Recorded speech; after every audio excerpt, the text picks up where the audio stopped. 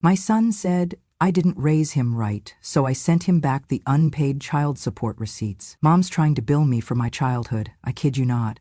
She actually sent me a binder full of receipts. That was the caption. It sat just above a poorly lit photo of the binder I had mailed him. 3 inches thick, neatly tabbed, each page bearing dates, names of daycare centers, school payments, doctor visits, grocery lists, clothing purchases, all in my aging handwriting. Decades of motherhood, reduced to a meme. He didn't call me when it arrived. He posted. Within an hour, the comments were coming in fast. Wow, imagine having a mom like this. You should charge her for the therapy you'll need. Sue her. This is emotional abuse. And then, the one that gutted me the most. She probably raised you poor and now wants you to make up for it. Pathetic. That was the narrative now. My life was rewritten by a child I carried through fevers, bullies, broken bones, and broken promises. One who now saw me not as the woman who made his life possible, but as the villain in his origin story. I sat on the edge of my bed, binder still in my lap, and stared at the screen. My phone buzzed. It was him. I answered. "You seriously thought this was okay?" he said, skipping any greeting. "I thought it was time you knew," I said calmly. "Time I knew what? That you kept every penny you ever spent on me like it was a tab? What kind of mother keeps score like that?" "I kept receipts," I said, "because no one else was helping. Not your father, not the government, not the neighbors who talked behind our backs." "Still not my problem," he snapped. "And now everyone thinks I was some kind of burden. You made me look like charity." "You weren't charity," I said softly. "You were my child. But love doesn't pay the bills." That silenced him for half a second. Then he dropped the bomb. "Well, I talked to Dad. He's willing to support me on this. We're getting a lawyer. You can expect to hear from them soon." I froze. "You found your father?" "Yeah, and he agrees. What you did is harassment. It's unhinged. You don't send a legal-looking invoice to your own kid unless you've lost your mind." I felt a long, slow heat rise in my chest. Not anger, not even fear, just something ancient, heavy. I kept my voice even. "Did you also tell him he owes you nearly $70,000, 0 cents in unpaid child support?" He didn't answer. "Because that's in the binder too," I continued. "Court-ordered payments from 1997 to 2015, 0 made. I covered them, every last one. I didn't take him to court because I didn't want you growing up in a war zone. But if he wants to talk lawyers—" "Enough!" he yelled. "You're not the victim here, Mom. You never were." He hung up. I sat in silence, the click of the call ending still echoing in my ears. Victim? No. But I was the woman who gave up every plan she ever had to make sure one little boy never went to sleep hungry. I was the woman who cried in a walk-in freezer on her 3rd restaurant job shift because her shoes had holes and the cold cut through her bones. I was the woman who had to choose between rent and asthma medicine, who lied to bill collectors, who sold her only nice coat for extra tutoring sessions, who once walked 8 miles because the bus money had to buy him a notebook. But I never told him any of that. I just smiled and said, "It's okay, baby, Mommy's fine." Now he wanted to sue me for telling the truth. Not in anger, not in bitterness, just truth. That binder wasn't revenge, it was record. A story he had never asked for, but deeply needed, and he turned it into a public joke. I walked to my garage, past the old washing machine that rattled too much, and opened the trunk of memories I kept sealed. Inside, Polaroids, report cards, birthday cards with childish scribbles, a broken toy car he once cried over, and under it all, a court document. Yellowed at the edges, signed and stamped, it stated clearly, his father was ordered to pay $327, 0 cents per month in child support from July 1997 until June 2015. $0 had been received. 18 years. 0, and I never told him. I thought it was kinder to let him believe his father was just far away. Not indifferent, not selfish, just absent. So I worked, I bent, I broke, I endured, and now both father and son stood on the other side of a courtroom line I never wanted to draw. I didn't post. I didn't comment. I didn't engage. But I did go to the print shop. I made 4 more copies of the binder, color-coded tabs, laminated sections, cross-referenced dates with report cards and clinic visits. I even included old pay stubs, receipts from used clothing stores, and a letter from a teacher thanking me for helping out with supplies that year. Each binder had a letter inside. This is not to hurt you. It is to remind you of the truth. When you rewrite our story, I want you to at least use the right ink. I addressed them. 1 to my son, 1 to his father, 1 to the lawyer, 1 to myself, and the 5th I sealed and wrote, for my granddaughter, should she ever need to know who her grandmother really was. Then I sat down, made a cup of tea, and stared out the window as the sun dipped below the horizon. Sometimes, you don't have to shout to be heard. Sometimes, you just have to stop pretending you were ever invisible. There was a time I thought I could sleep when he did. I learned better quickly. When he was asleep, I cleaned houses. I flipped eggs at the diner from 4 a.m. until 10. I came home, showered, changed into the janitor uniform, and mopped the school hallways where he'd someday learn to read. By the time I got home at night, my hands smelled like bleach and bacon grease, and my knees ached from stairs, corners, baseboards. I'd sit on the floor to take off my shoes because the act of bending felt like too much. But I never told him that. To him, I was just Mom. I wasn't exhausted, I was just quiet. I wasn't cold, I was thinking. I wasn't hungry, I was on a diet. I never let him see the backaches, the bill notices, the way I counted pennies before grocery store visits. I made sure the light stayed on in his room, even if it meant mine stayed off. We didn't have birthday parties with rented clowns or pizza parlors. We had cake mix on sale, homemade banners, and one small gift, always practical. I wrapped his first dictionary like it was gold. He thought we were fine. That was the point. I remember once, when he was 10, a boy at school laughed at his shoes. They were hand-me-downs from a church family. He came home angry.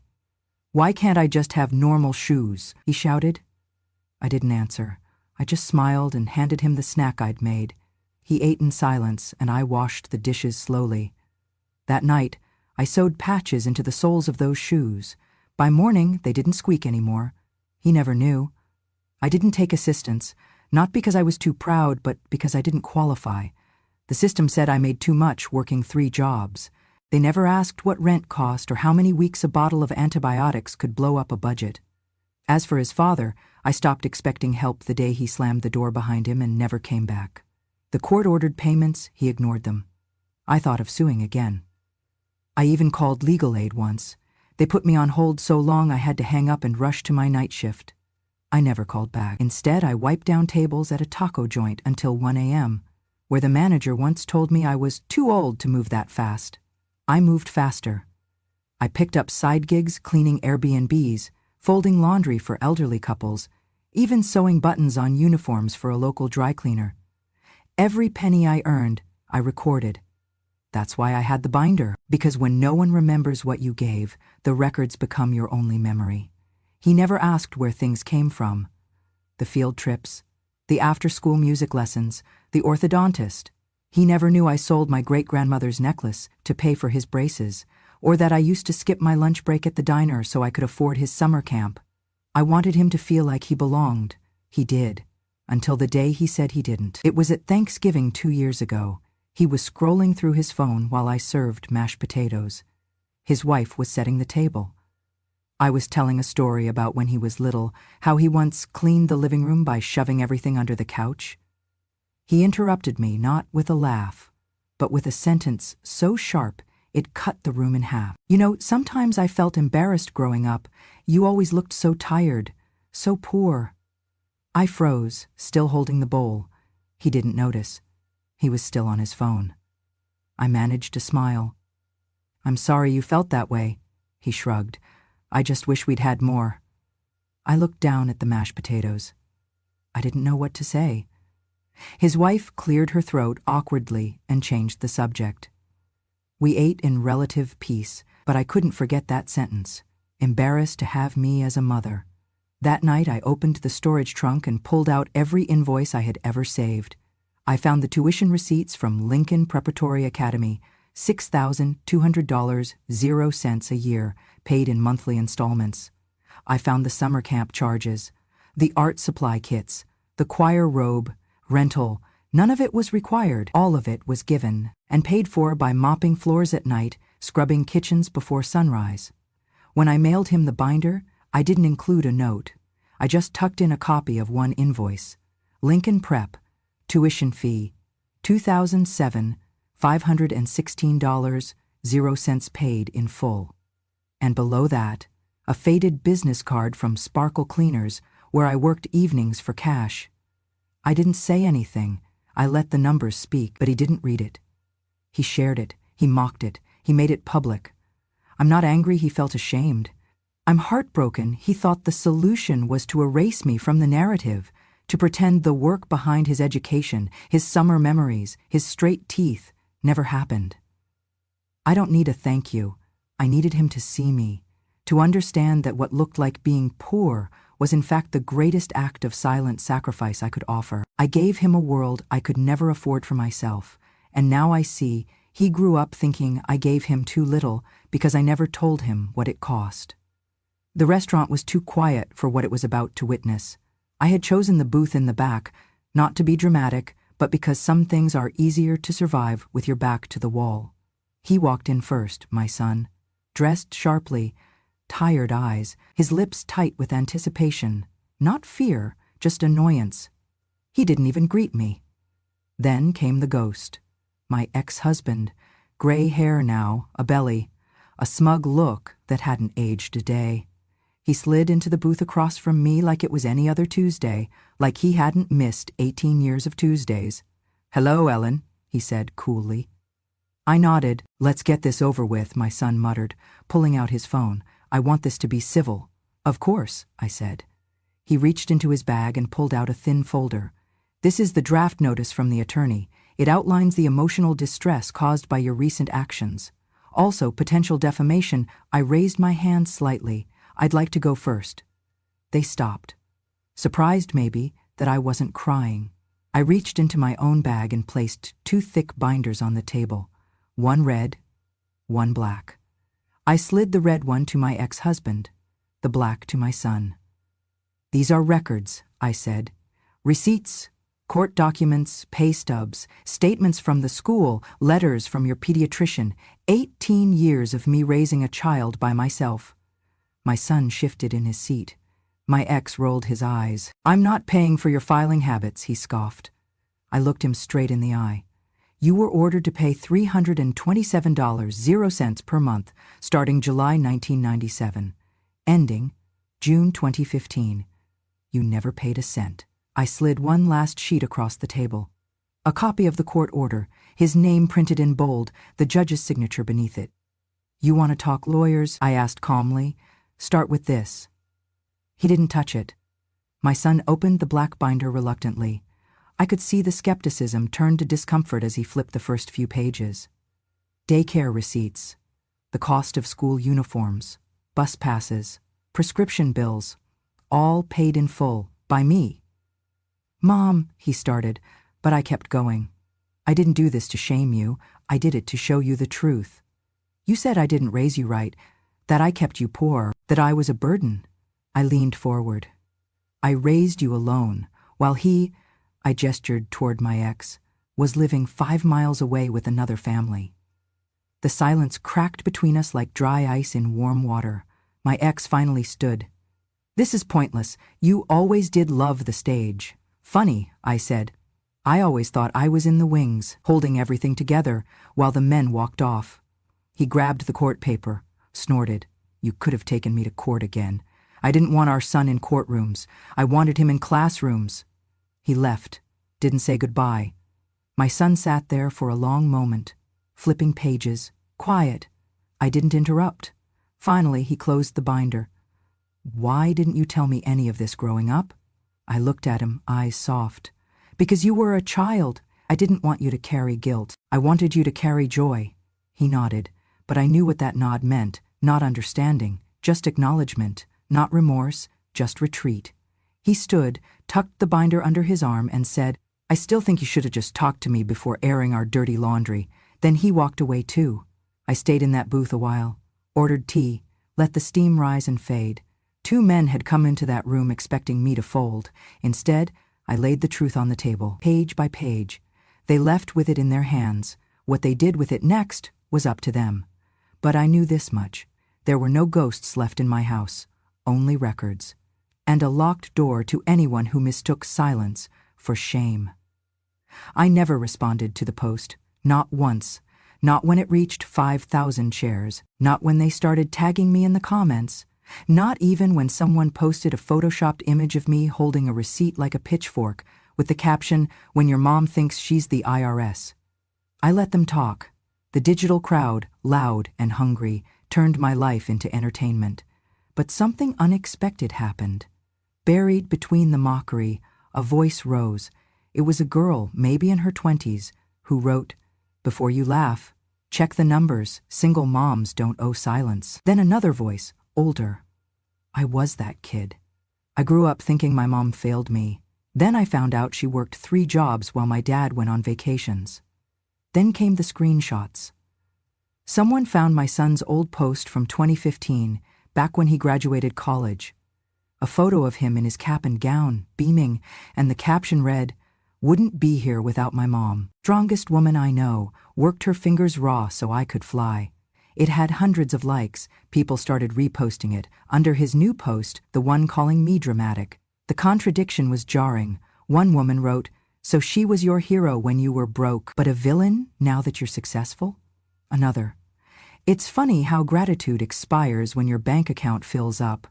A journalist picked up the story, anonymized of course, but the headline was unmistakable: "The mother who billed her son." And the truth she never spoke. It went viral, not because of me, because of what I represented. The quiet millions, the unseen labor, the myth that motherhood is martyrdom and mothers must never speak of cost. My son tried to fight back. He posted a video, polished, scripted. He sat at a desk, clean background, trying to look composed. "This isn't about money," he said. "It's about boundaries. It's about emotional manipulation." But it didn't land. Someone pointed out the $70,000, 0 cents in unpaid child support from his father. Another questioned why a grown man would humiliate his own mother publicly instead of speaking privately. His credibility crumbled, piece by piece. The company he worked for, a family-oriented brand, distanced itself. His name quietly disappeared from the website. Brand deals vanished. Friends unfollowed him. Some posted vague quotes about remembering who really raised you. He deleted the original post, but it was too late. The internet remembers. He sent me a text, just one line. "Are you happy now?" I didn't reply, not because I wanted revenge, because he still didn't understand. This wasn't about punishment, it was about truth. And truth, once spoken, doesn't need to scream. A week later, someone slipped a letter under my door, no name, just handwriting I recognized instantly. It read, "I didn't know people would turn on me like that. I was just trying to be honest. But maybe your version of honest is different. Maybe yours is quieter, but heavier. I'm sorry if I made you look bad. That wasn't my goal. I just didn't know how to say thank you anymore." I folded the letter and placed it in the binder, under August. Not because it made things right, but because it was the first time he admitted there was something to be sorry for, even if he didn't say it out loud, even if it came in the shadow of public shame. I still didn't respond. Not to the letter, not to the texts, not to the podcast that wanted to interview me. I had said what needed to be said, in silence, in paper, in truth, and now the world spoke back. Not for me. For every mother who ever wondered if she was allowed to count the cost of love.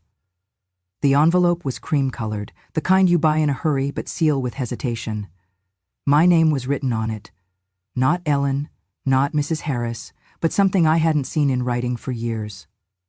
Mom. I opened it carefully. The handwriting was neat, unsure in parts, like someone who hadn't written by hand in a long time. The letter began simply, "I hope this reaches you before he deletes my account." That was the first line. It took my breath. She went on. I watched everything unfold online. I saw how they turned on you, and I'm ashamed it took strangers to say what I should have said years ago. I sat down slowly, my hands trembling just enough to blur the ink.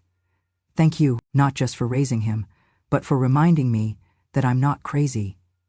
The next few lines came fast, like she'd been holding them in. He controls everything, our accounts, our passwords, even my email. I used a coworker's phone to send this. He said you were dangerous, that you'd try to poison our marriage, that you were manipulative, bitter, obsessed with money. I believed him. The words curled into my chest like smoke, but then I saw those binders, and I saw you. Not as the woman he described, but as the woman who raised him when no one else would, who worked, sacrificed, stayed silent. You were never bitter, just tired. I paused, took a breath. The next line felt like a whisper from across generations. I want to leave him. She didn't elaborate right away. The next paragraph was all fear. Fear of custody battles, of being labeled unstable, of being blamed. He says if I leave, he'll make sure I never see our daughter again. He says he'll bury me in court. He has screenshots, recordings. He says he knows people. My fists clenched. I had known that tone before, the quiet panic in women who smile through dinners but cry in bathrooms. She continued, but when I saw your binder, I realized he learned that silence from somewhere, and I don't want our daughter learning it too. Then, the final twist. Would you let us stay with you? Just for a little while, until I can figure things out. I know this is asking too much, but I don't have anyone else, and you've always felt like someone who would never let a woman fall. Love, Emily? I read the letter 3 times, the first time with disbelief, the second with anger, the third with something I couldn't name. Grief, maybe, for all the women like us. I didn't hesitate. I picked up the phone and texted the number she scribbled at the bottom. The door is open. Come home. They arrived 2 days later. She looked thinner. Not in the way people admire, but in the way people ache. Her eyes scanned the driveway, like she was expecting him to jump out of the bushes. She held her daughter's hand tightly. My granddaughter, with hair the same soft brown as her father's when he was little. I hugged her gently. She didn't let go for a long time. When we stepped inside, she whispered, "Thank you, Mom." Not Mrs. Harris, not Ellen, just Mom. I hadn't cried for myself in years, but that name, the way she said it, made something inside me finally collapse.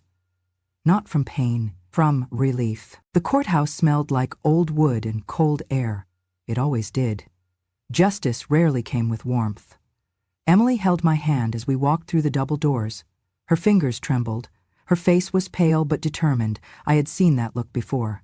In the mirror, 30 years ago, she was about to face a man who would rather burn the house down than admit he hadn't built it. But this time, she wasn't walking in alone. This time, the silence came with witnesses. The lawsuit he filed against me had been quietly dismissed weeks ago. Frivolous, the judge said, flipping through the binder of receipts I had submitted without a word. He didn't even look at my son, just raised an eyebrow at the man trying to sue his mother for reminding him of the truth. The court saw through it. But now, the courtroom wasn't about me. It was about her, about custody, about safety.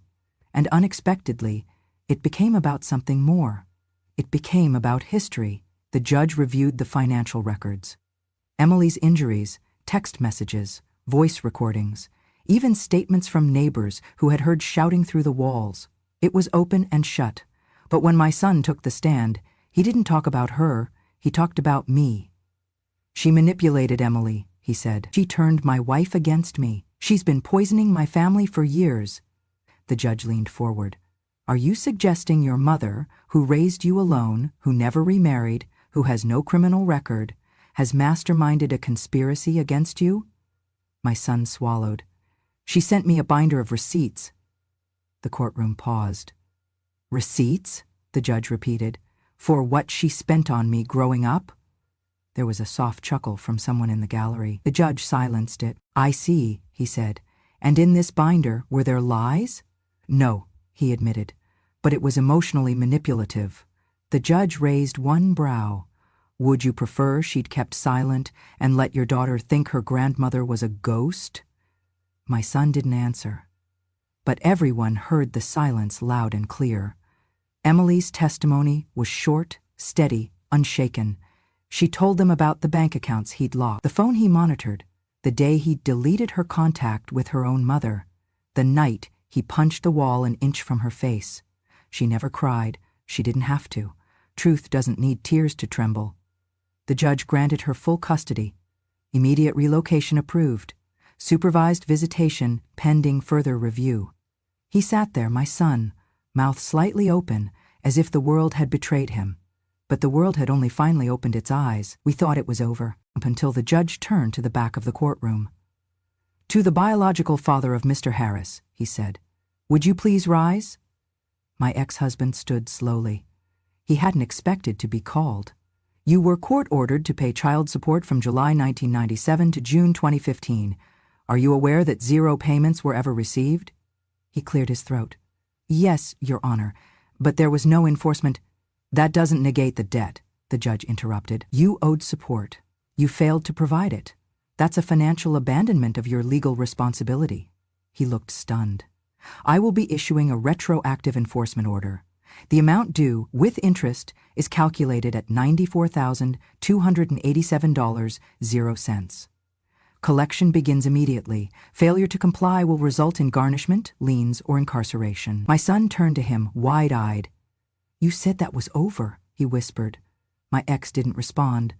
2 generations of men. One thought he was owed gratitude without responsibility. The other thought he was owed silence without consequence. Now both stood in the same courtroom, stripped of their illusions. And I sat quietly in the back, holding my granddaughter's hand. When it was over, Emily hugged the lawyer. We stepped into the sunlight, bright, unforgiving, beautiful. She looked at me. "I couldn't have done it without you." I shook my head.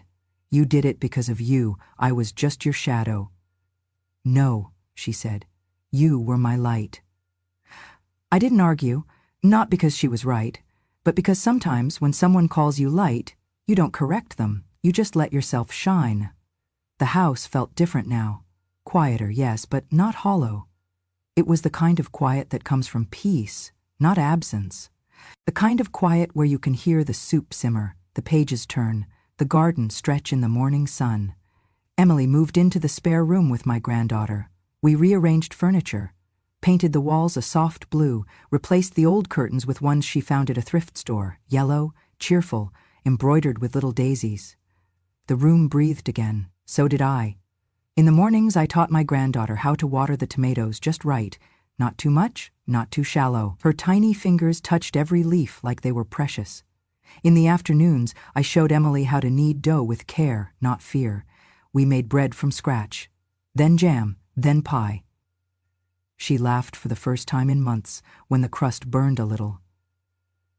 "I used to think I couldn't cook," she said, licking sugar from her thumb. "You just needed a kitchen that loved you back," I smiled. We didn't talk much about the past, not because we were avoiding it, because we were busy building a new one. I watched Emily regain her posture, her voice no longer trembling at the end of every sentence. She spoke freely now, laughed without looking over her shoulder. And my granddaughter, bright, curious, resilient, became the glue we never asked for, but desperately needed. One night, I found her at the dining table, tongue sticking out slightly as she wrote. "What you working on, sweetheart?" I asked. "My essay," she said. "We're supposed to write about someone who inspires us." I expected her to say her mom, but she looked up, smiled, and said, "It's about you." I blinked. "Me?"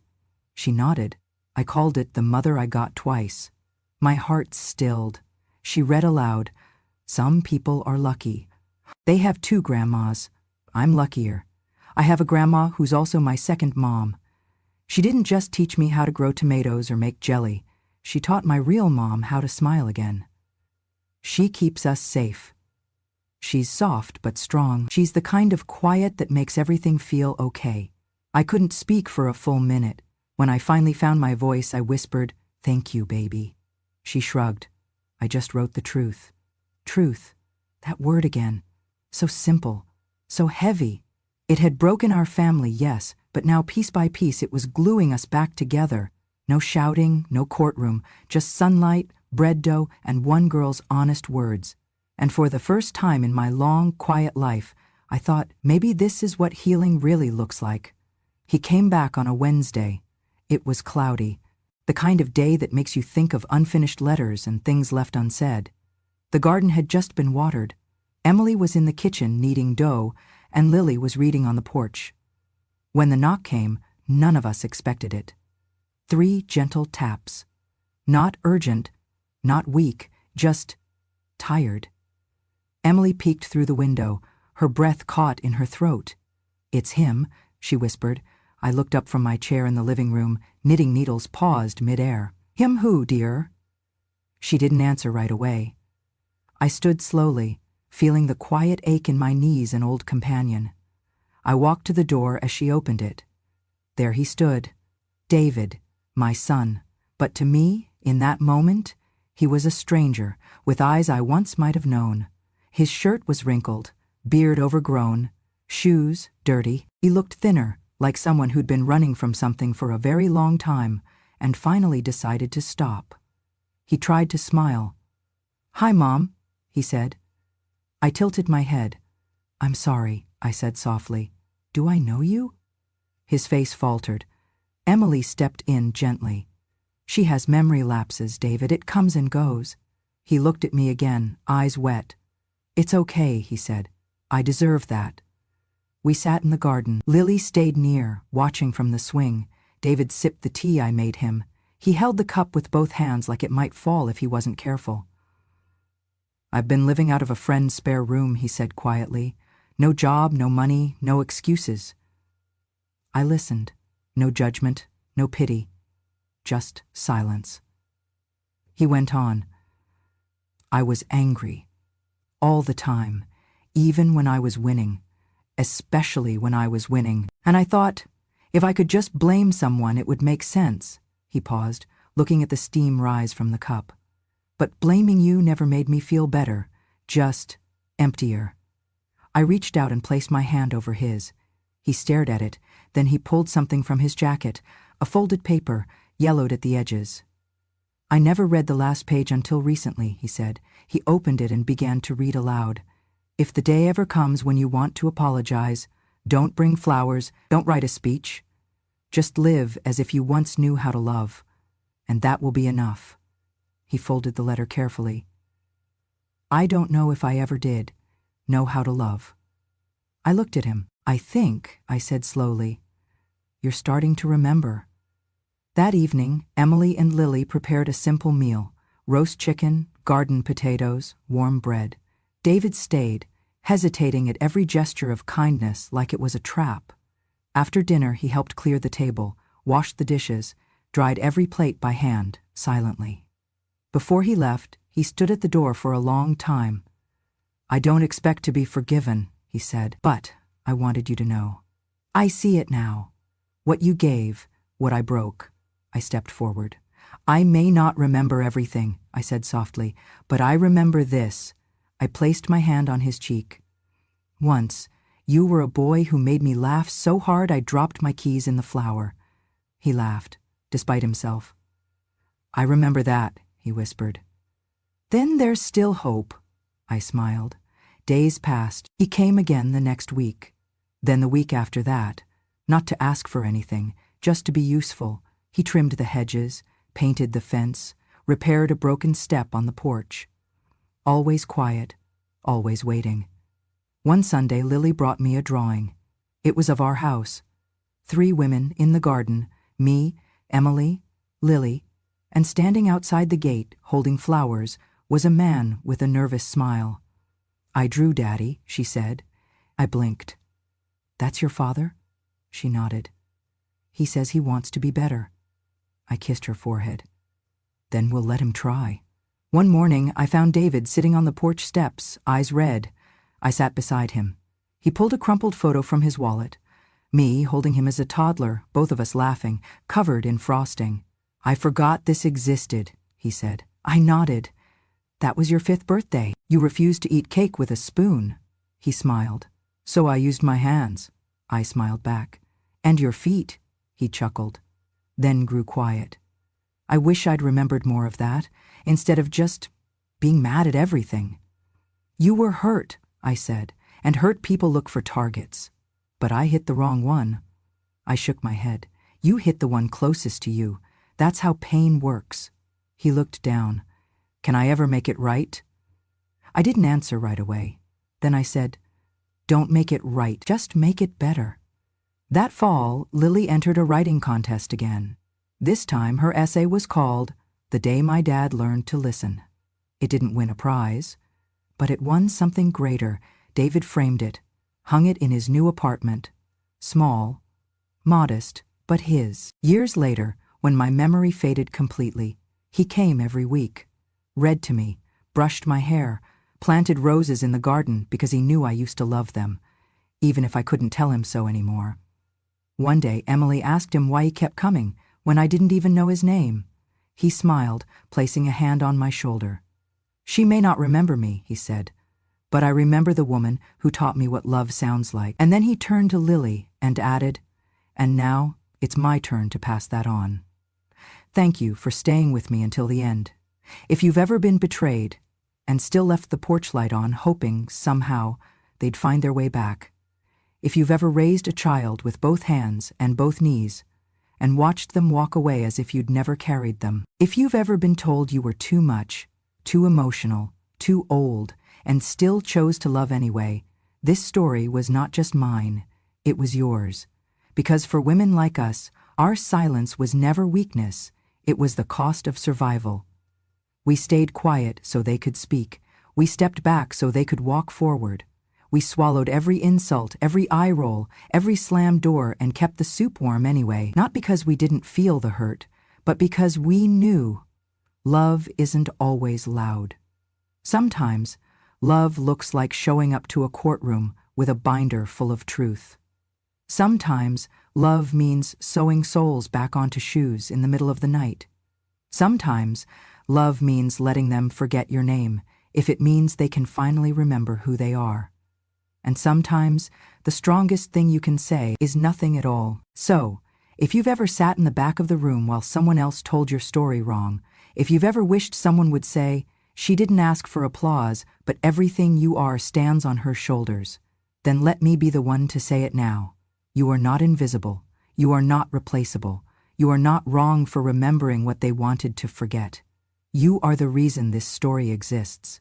Subscribe to Grandma True Stories because silence has a memory.